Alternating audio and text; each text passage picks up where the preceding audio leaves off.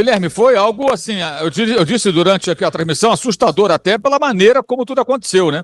Ninguém poderia imaginar que fosse uma goleada, todo mundo, quase todo mundo, eu inclusive, acreditando num jogo mais equilibrado por conta dos perfis das equipes, né? Mas coletivamente, a mobilização, a maneira como se organizou para o jogo, o PSG, a torcida também, sem comparação. A Inter foi um time muito apático, sem poder de reação, foi engolido na arquibancada e também dentro de campo. Foi uma noite absolutamente do time francês. Dominou por completo, chegou aos gols com uma certa facilidade até. O primeiro gol, o Hakimi empurra para o gol vazio. O Di Marco larga o Hakimi, que empurra para o gol vazio. E quando o time francês chegou ao 4-0, torcedores da Inter começaram a deixar o estádio, não tem quase ninguém mais aqui à minha direita na torcida do time italiano, a festa é toda dos franceses.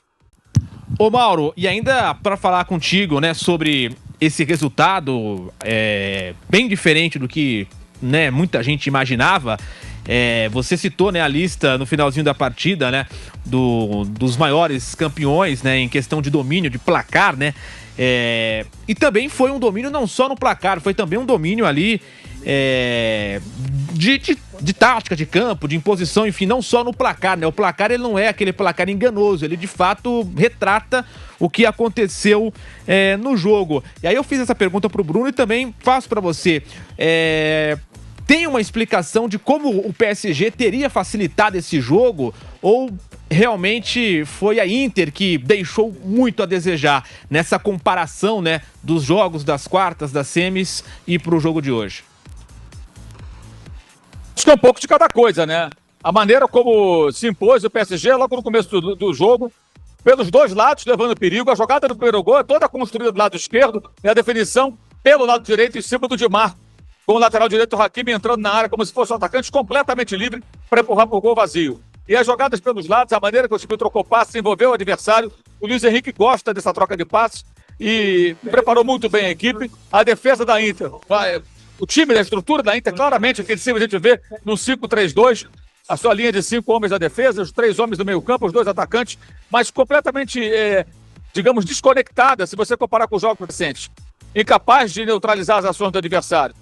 É verdade que a Inter, também contra o Barcelona, também sofreu muitos gols e também produziu. Hoje, o PSG conseguiu neutralizar as tentativas com Dumfries, as jogadas perigosas do time italiano. Foi uma coisa desproporcional até.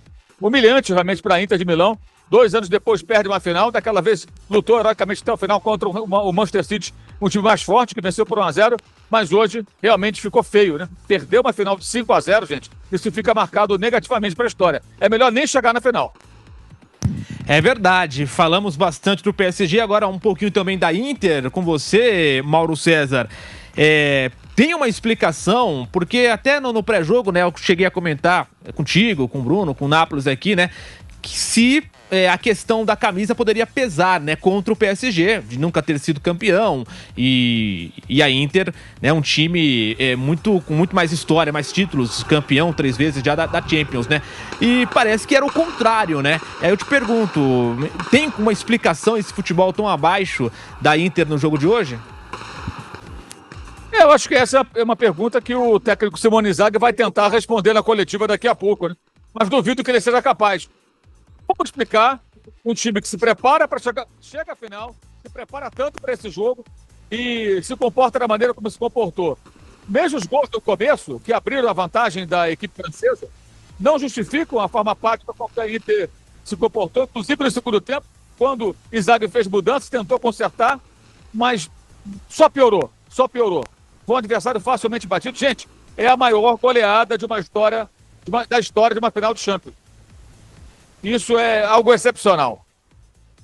Bruno Prado, contrariando tudo, né, Bruno? Todo mundo imaginando um jogo mais equilibrado. Aliás, um jogo equilibrado. Não teve nenhum equilíbrio hoje, Bruno Prado.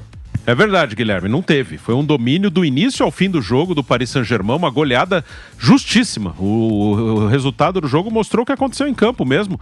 O Paris Saint-Germain fez 2-0 em 20 minutos, ali ele abre o caminho para goleada, mas não é a partir do primeiro gol que o Paris passa a dominar o jogo por isso, né? Porque fez o gol e as circunstâncias mudaram. Ele já dominava antes do gol. O gol é uma consequência de um domínio do Paris Saint-Germain. A Inter é um time de muita imposição física que normalmente marca pressão e acelera. Hoje ela não pressionou o Paris Saint-Germain. O Paris Saint-Germain muito à vontade com a bola.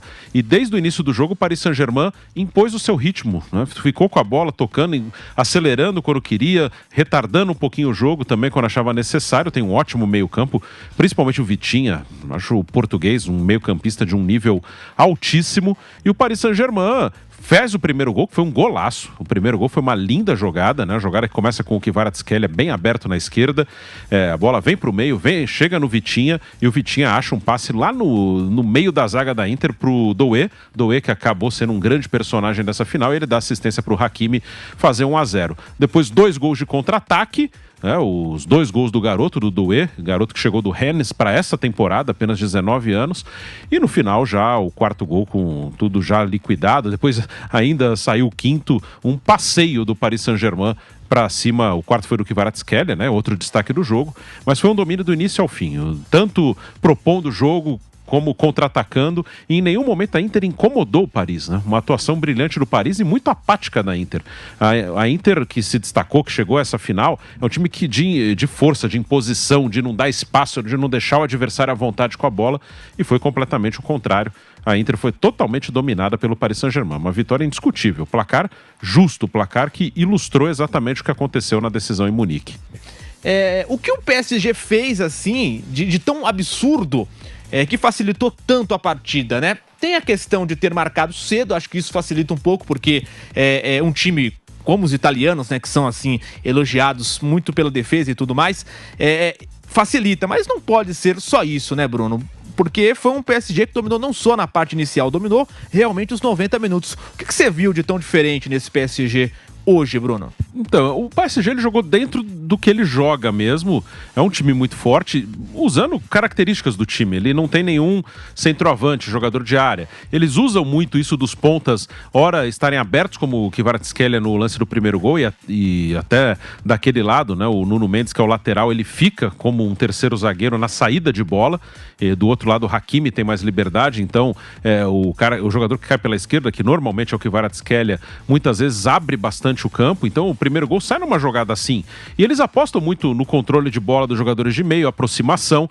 Tem um movimento em diagonal do jogador que sai da ponta, entra por dentro. O Doué, que é o homem mais da direita, ele faz a jogada do primeiro gol na esquerda. Isso são características desse time do Paris, que tem um controle no meio e aceleração no ataque. Ora, os jogadores abertos, ora entrando em diagonal. Assim, o que eu acho que foi muito diferente, isso eu não tô tirando mérito, tô falando que o Paris Saint-Germain fez uma grande partida, isso é indiscutível, mas dentro das suas características, assim, não teve uma surpresa no Paris, algo diferente. Acho que o que ficou mais surpreendente foi o que a Inter não fez, a Inter não jogou. Que era esperado que o Paris tentasse controlar o jogo da maneira que controlou, mas eu esperava uma Inter tentando pressionar o jogador do Paris que tem a bola, não deixando o Paris tão à vontade para trocar passes, para se movimentar, e a Inter não fez isso em momento nenhum.